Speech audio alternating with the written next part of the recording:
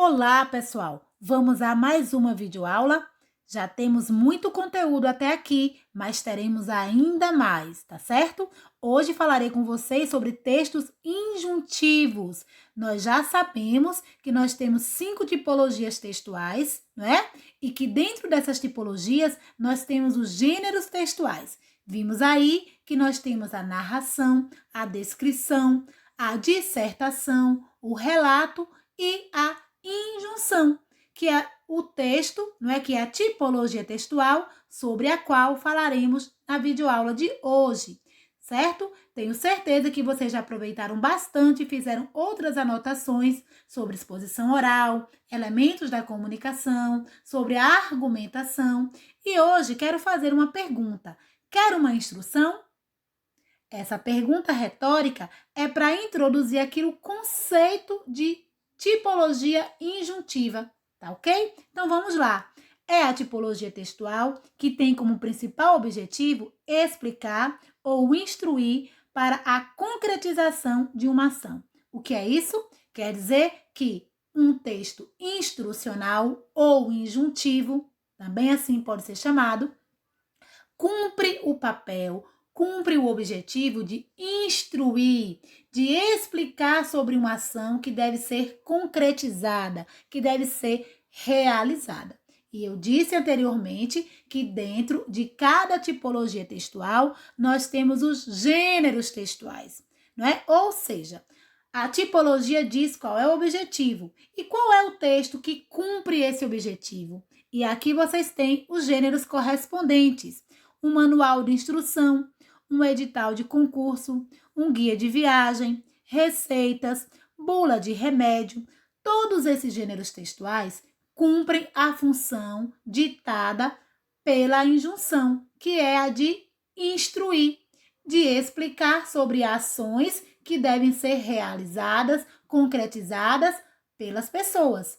É claro que vocês aí em suas casas já se depararam com uma situação de ter que montar um eletrodoméstico, um móvel e precisou ler o manual de instrução. Normalmente ele é negligenciado, né? As pessoas não costumam ler manual de instrução, mas ele é um gênero textual instrucional, injuntivo, assim como todos esses que aparecem aí para vocês. A bula de remédio acontece a mesma coisa, normalmente é deixada de lado, o que não deve acontecer. Então, observem que são comuns no nosso dia a dia esses gêneros textuais. O que ocorre é que nem sempre nós costumamos ler, não é, o conteúdo desses gêneros textuais. A linguagem empregada é técnica, o uso dos verbos no imperativo é comum, como monte, desmonte, ligue, desligue, tome, use, não é? Esses verbos são verbos de comando, são verbos que indicam ordem, pedido, conselho, orientação, e eles justamente se encaixam nessa tipologia textual porque são gêneros que nos dão instruções, que orientam o paciente, que orientam as pessoas. Todas as pessoas que queiram realizar uma ação precisam desses comandos e esses comandos são dados por meio dos verbos no modo imperativo, ok? No entanto, alguns desses gêneros são mais relevantes no nosso cotidiano. Não que os outros não sejam, mas eu separei para vocês aqui o edital de concurso e a bula de remédio. Por quê? Porque eu sei que dentro do nosso universo, né, tanto do universo técnico como do universo acadêmico, esses dois gêneros textuais instrucionais muitas vezes fazem falta aí, não é? E a leitura detalhada e atenta colaboram com a informação.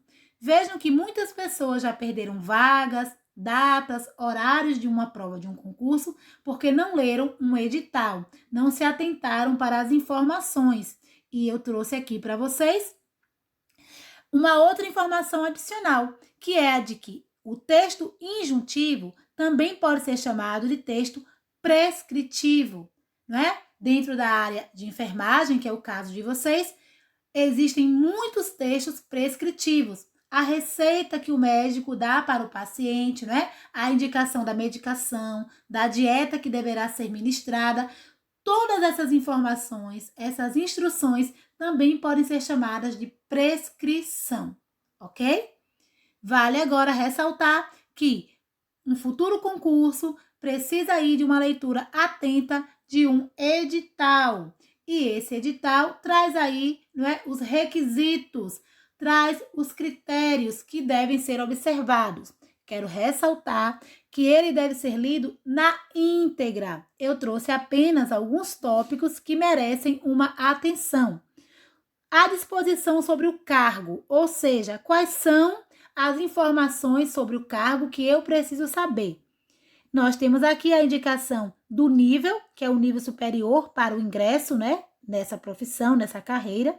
O cargo pleiteado aí é de escrivão de Polícia Federal. E o requisito é diploma devidamente registrado de conclusão de curso superior em nível de graduação fornecido por instituição de ensino superior reconhecida pelo Ministério da Educação. Ou seja, a pessoa precisa ter nível superior, precisa ter um diploma reconhecido pelo MEC, né? Essa é uma informação importante. A outra, aqui presente, são as atribuições. Dar cumprimento às formalidades processuais, lavrar termos, que são outros critérios, não é? Muitas vezes precisa ir ao cartório, precisa autenticar os documentos, e essas informações passam despercebidas e as pessoas no dia da prova estão sem essas orientações, sem ter realizado cada um desses critérios. Por isso que aqui eu estou chamando a atenção para a importância. Temos ainda a remuneração, claro, né? Também é importante saber, e a jornada de trabalho, que é a carga horária, né? O tempo de serviço que você terá que dispor, ok? Então, procurem ficar atentos, né? Caso precisem fazer aí a leitura de um edital para participar de um concurso, de um vestibular, é muito importante que vocês se atentem a essas informações desse texto instrucional, ok? E agora a bula de remédio, que é um outro gênero textual instrucional negligenciado, mas não deveria ser assim. Fica aqui, né? Essa observação. Paracetamol é um medicamento bastante conhecido por todos nós. Uma recente pesquisa aí apontou que nós ficamos apenas atrás dos Estados Unidos em relação ao uso do paracetamol. Então, é bem conhecido aí pela população. A bula vai trazer as apresentações desse remédio, que são comprimidos revestidos de 500 miligramas ou de 700 miligramas, não é? Que é o que corresponde aí à sigla MG. Uso oral, ou seja, deverá ser ministrado pela boca. Uso adulto acima de 12 anos, a idade adequada para o uso dessa medicação, muito embora nem sempre essas informações são respeitadas, né, pelas pessoas. Composição, ou seja, quais são os princípios ativos e inativos, quais são as substâncias que compõem esse remédio, né? E aqui nós temos, é claro, como princípio ativo, que é a substância mais importante de um remédio, 500 miligramas de paracetamol. Temos ainda o que nós chamamos de excipientes. Quem são os excipientes? Na verdade, são os colaboradores, são os princípios inativos, aquelas substâncias que serão usadas apenas para colaborarem na formulação, na produção desse remédio.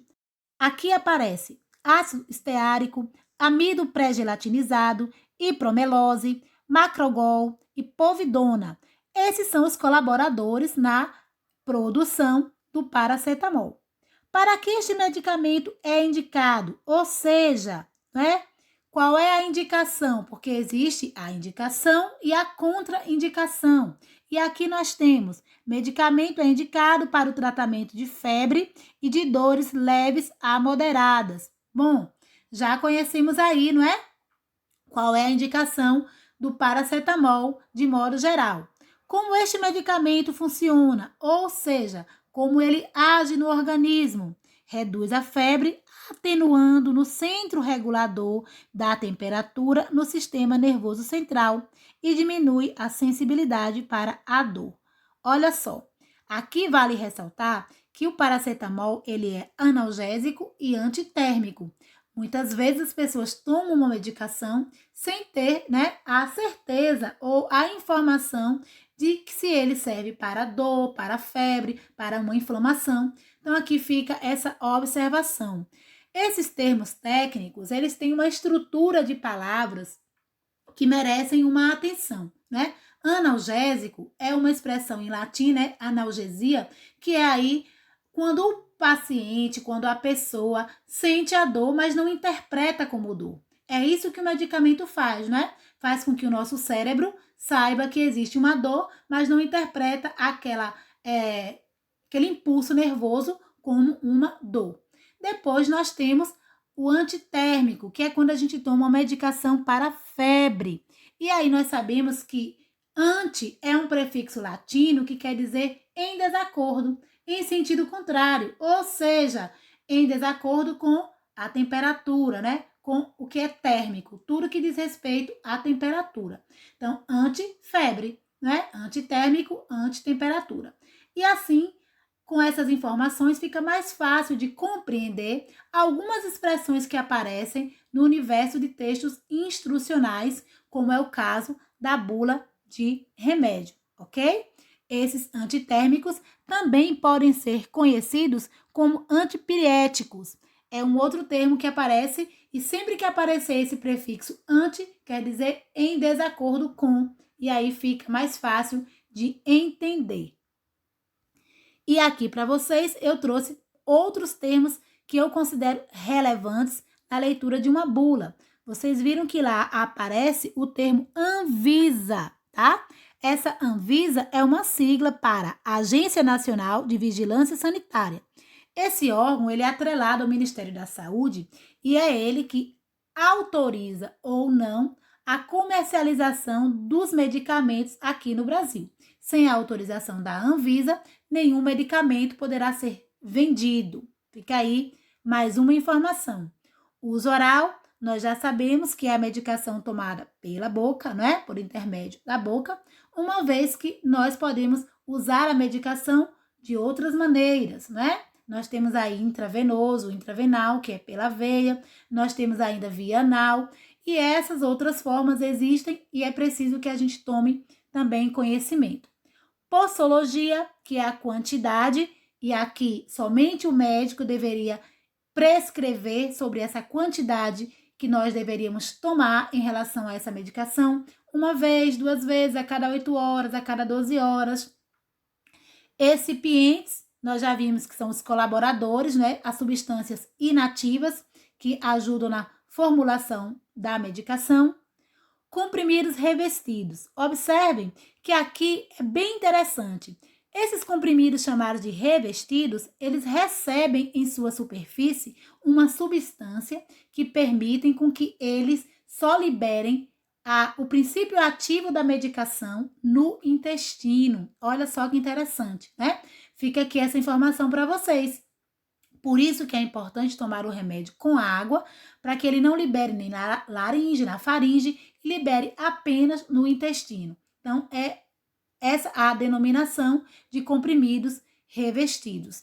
Tá certo, pessoal?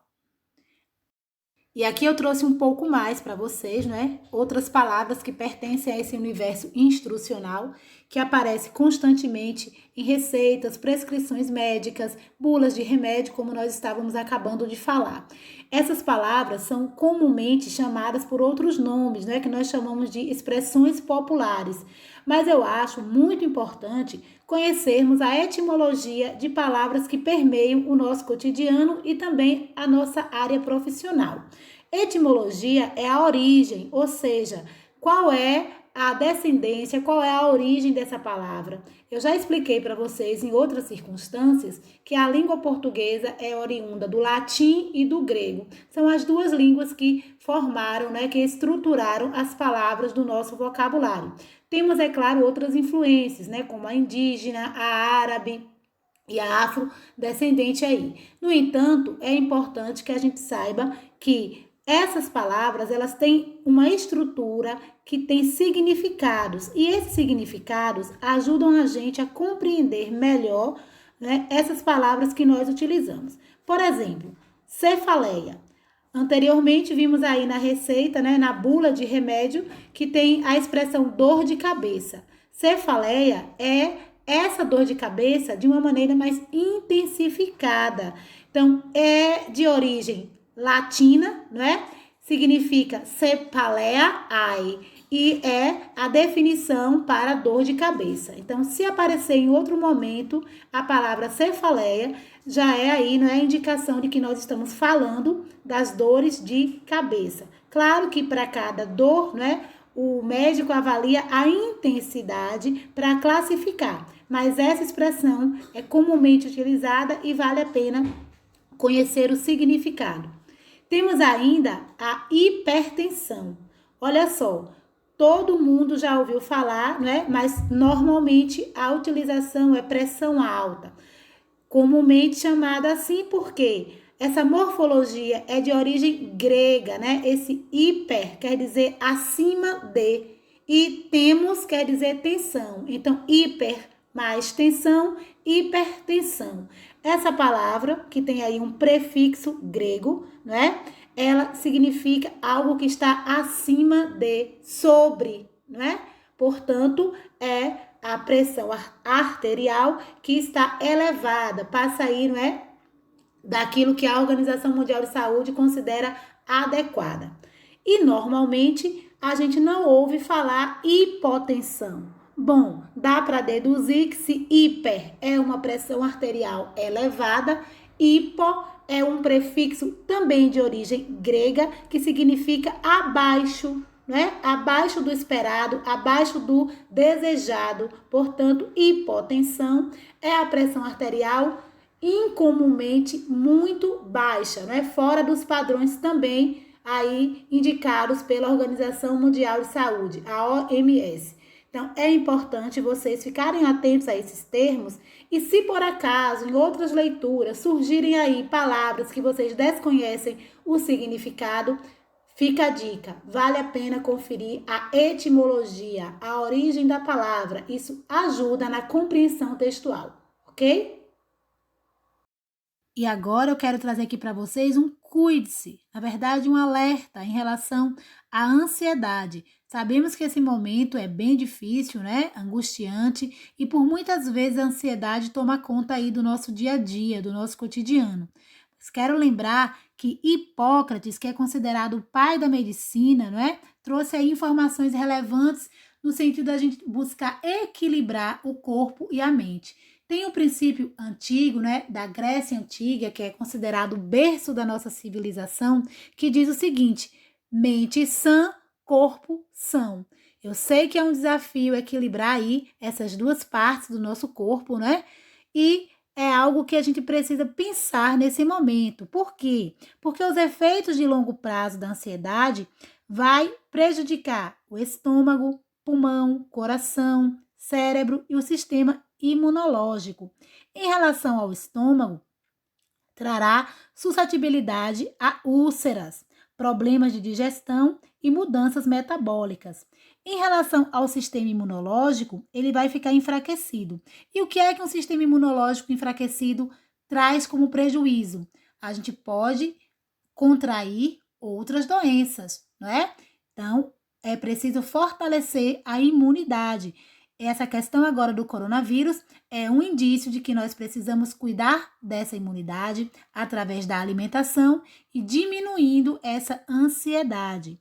No cérebro, sistema nervoso sobrecarregado, dificuldade em adormecer, ou seja, dificuldade para dormir, e mudanças cerebrais. Muitas vezes a questão do foco, da atenção, essa falta de vontade de estudar, não é, de ler alguma coisa, tem intimamente ligação com a ansiedade. Nos pulmões, função respiratória enfraquecida. E em relação ao coração, problemas cardiovasculares. Bom, eu tenho certeza que vocês já ouviram falar a respeito dessas situações que eu trouxe para vocês, mas eu quero ressaltar como uma forma da gente pensar, né? Nesse equilíbrio de manter aí a mente e o corpo em harmonia e evitar esses transtornos. Afinal de contas, precisamos ficar bem para a vida futura, né? Para os momentos que virão. E é muito importante encontrar vocês saudáveis, não é? Equilibrados e, com certeza, mais fortalecidos em relação a esse momento.